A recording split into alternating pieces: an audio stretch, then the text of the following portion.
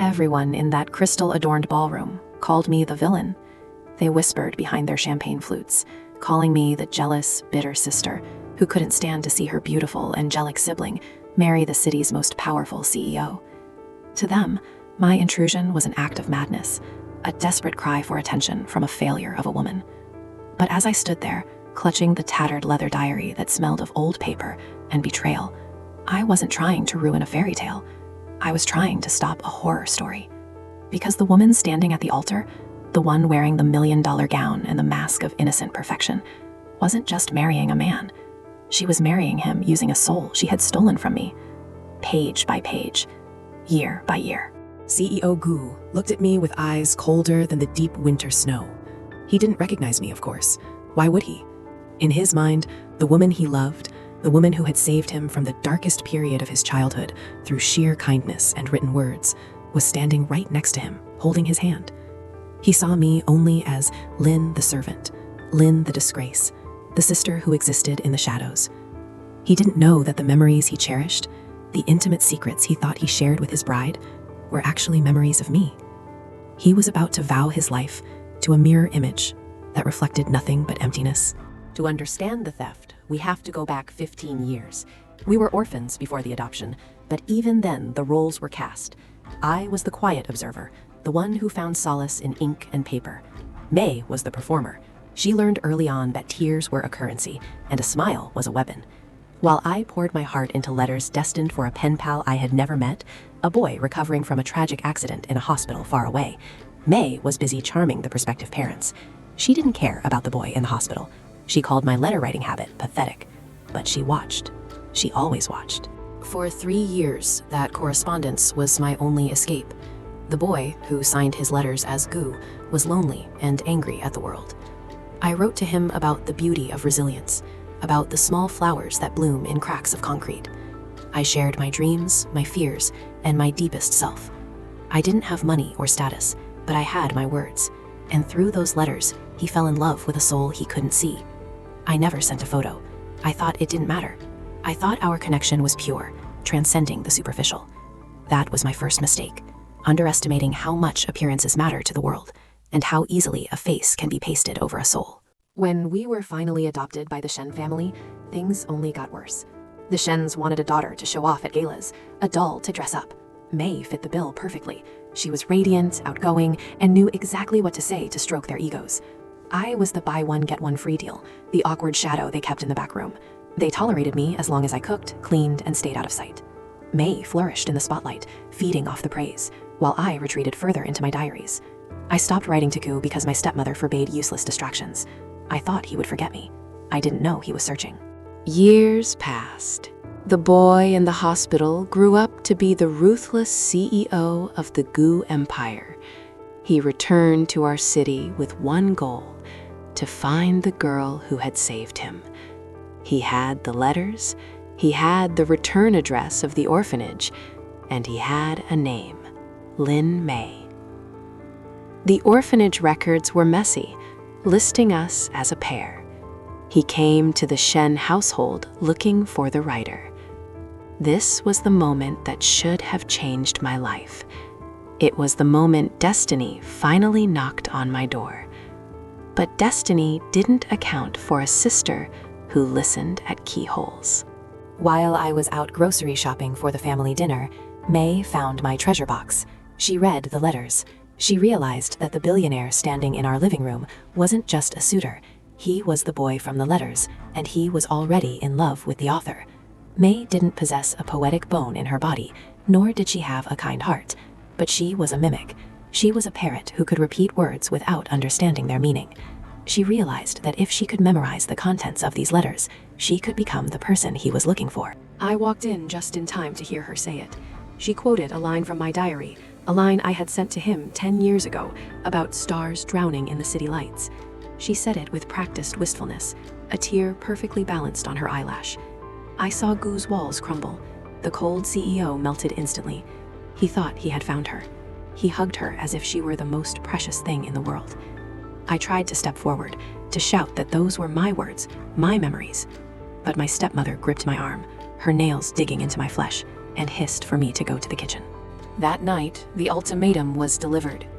"Don't you dare ruin this for your sister," my stepmother spat. "Ga wants a wife who can present herself in society, not a kitchen maid like you. Even if you wrote those stupid letters, look at you. You are nothing. May is giving him what he wants. If you speak one word, we will throw you out on the street with nothing." Fear is a powerful silencer. I had nowhere to go, no money, and no allies, so I swallowed the truth. It burned my throat like acid, but I stayed silent. I had to watch their courtship from the sidelines. I watched May play the role of the sensitive, intellectual muse. She would run to my room late at night, demanding I explain references in the old letters so she could discuss them with Gu the next day. "What did you mean by this metaphor?" she would demand, while trying on diamond necklaces he bought her.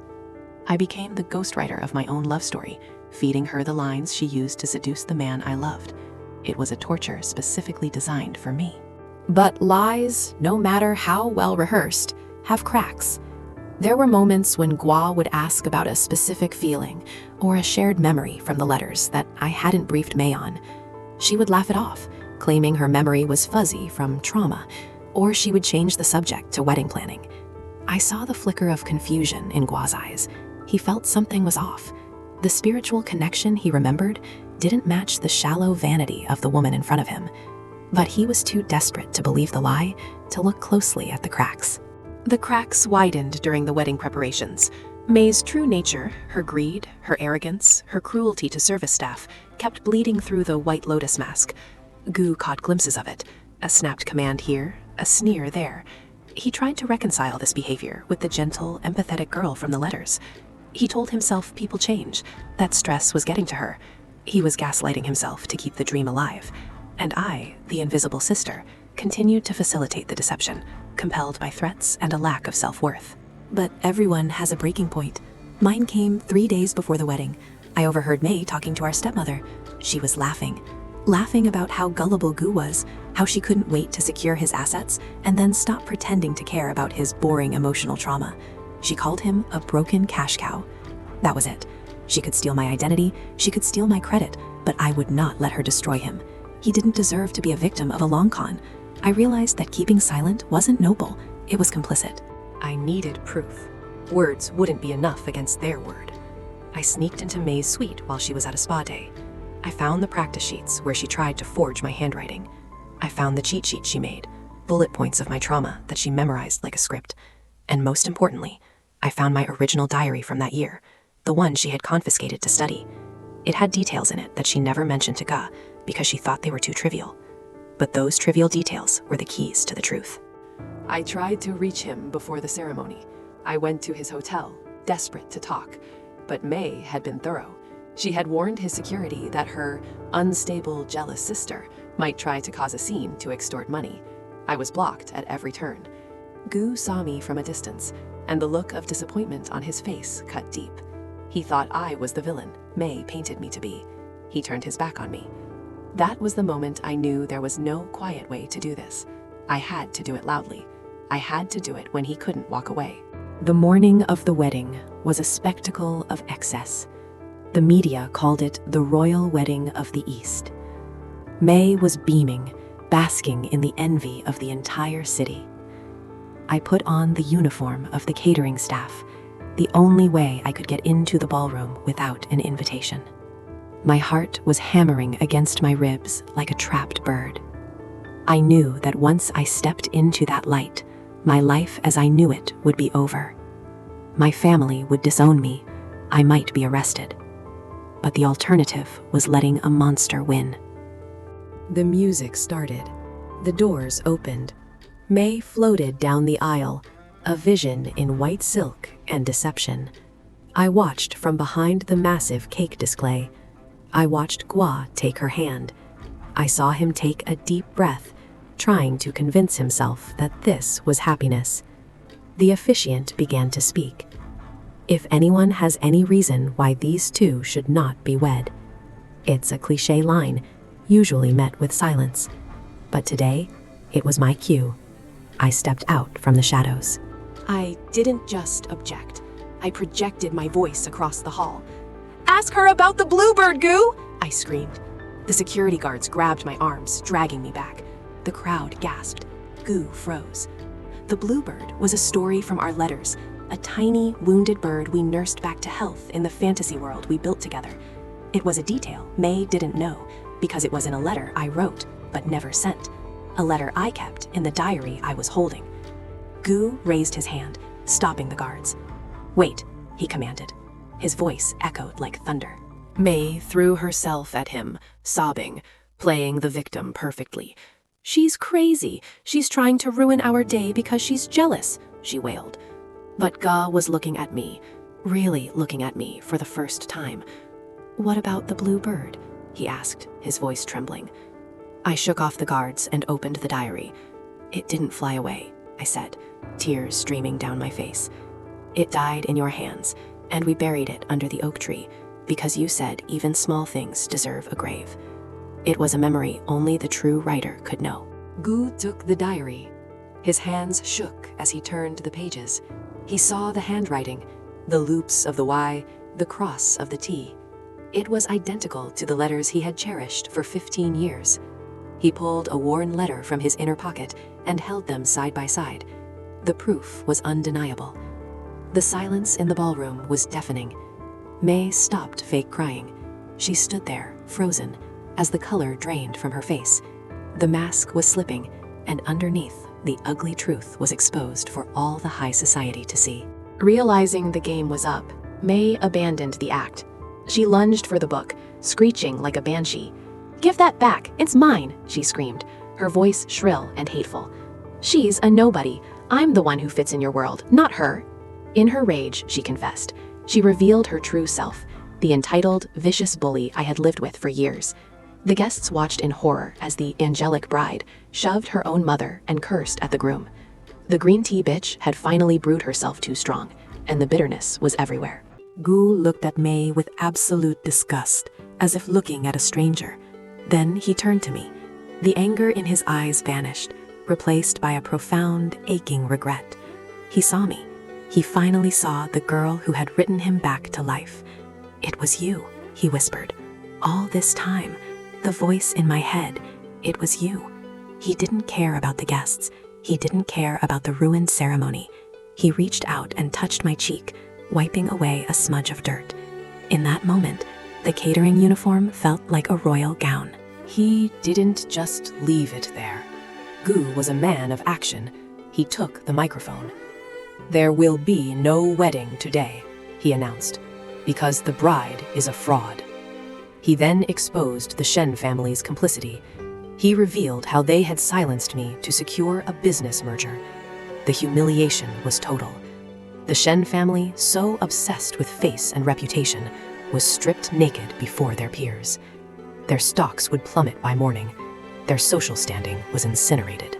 May was escorted out, kicking and screaming, dragging her ruined train behind her like a dead tail. My step-parents followed, heads bowed, shunned by the very people they tried so hard to impress. I watched them go.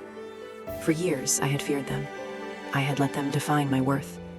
But as the doors slammed shut behind them, I felt a weight lift off my shoulders that I hadn't realized I was carrying. The fairy tale they tried to construct on lies had collapsed, and from the rubble, I was the only one left standing. The guests left, whispering eagerly about the scandal of the decade. The ballroom emptied until it was just the two of us amidst the discarded flowers and uneaten cake. Gus took off his jacket and wrapped it around my shoulders. We sat on the steps of the altar, two survivors of a storm. We didn't kiss. We didn't immediately declare undying love. That would be too simple. Instead, we just talked. For the first time in 15 years, we talked without paper, without lies, without barriers. In the days that followed, we started over. We didn't pick up where the letters left off. We started from now. He got to know the woman I had become, scars and all, and I got to know the man behind the CEO title. He sued the Shen family for fraud, ensuring I got my share of the inheritance they tried to steal. But more importantly, he gave me my voice back. He read every page of the diaries I had written during the years of silence. He validated every tear, every lonely thought. As for me, She learned that stripped of the Shen name and the Gua connection, she had few friends. The White Lotus acts don't work when everyone knows the script. She faded into obscurity, trapped in a mundane life she deemed beneath her, forever bitter about the crown she almost stole. She blamed me, of course, but her blame held no power over me anymore. She was a footnote in my story now, not the narrator. I took my pain and I turned it into art. I published my diaries. The story of the sister in the shadows resonated with millions. I became an author, standing on my own 2 feet, earning my own success. I wasn't just CEO Gu's wife or the victim. I was Lin, the writer. And Gu? He was my biggest fan. He stood in the back of every book signing, holding my purse, looking at me with that same intensity he had in the letters. A year later, he proposed. Not in a grand ballroom with cameras flashing, but on a quiet beach where the only witnesses were the waves. He didn't promise me a fairy tale. He promised me truth. He promised that he would never mistake anyone else for me again. And this time, when I said yes, I wasn't a shadow. I was the light. I was the protagonist of my own life. They called me the villain for destroying a wedding. But sometimes you have to burn down the fake castle to build a real home. My sister wanted the CEO, the money, the status.